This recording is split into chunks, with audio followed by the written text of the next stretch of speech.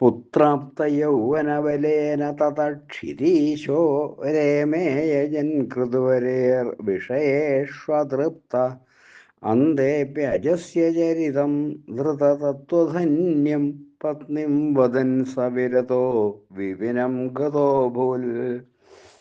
വിഷയങ്ങളിൽ അതൃപ്തനായ ആ രാജാവ് പിന്നെ പുത്രനിൽ നിന്ന് ലഭിച്ച യൗവനത്തിൻ്റെ ബലം കൊണ്ട് ശ്രേഷ്ഠങ്ങളായ അനവധി യാഗങ്ങൾ യജിച്ചുകൊണ്ട് രമിച്ചു.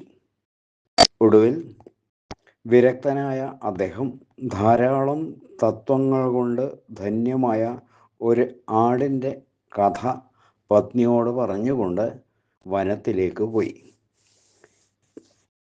ദേവയാനിയുടെ പുത്രന്മാരായ യദുവും തൂർവസുവും ശർമ്മിഷ്ഠയുടെ പുത്രന്മാരായ ദ്രുഹ്യുവും അനുവും അച്ഛന് യൗവനം നൽകാൻ തയ്യാറായില്ല.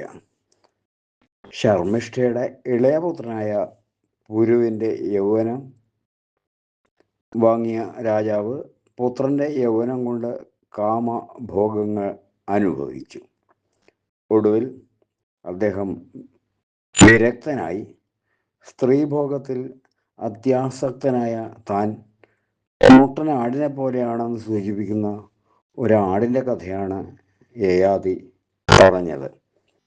വിഷയസുഖം അനുഭവിക്കും തോറും തൃഷ്ണ കൂടിക്കൂടി വരുമല്ലോ.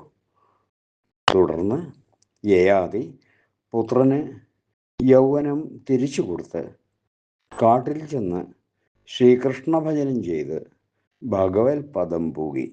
സർവത്ര ഗോവിന്ദ നാമസങ്കീർത്തനം. ഗോവിന്ദ ഗോവിന്ദ.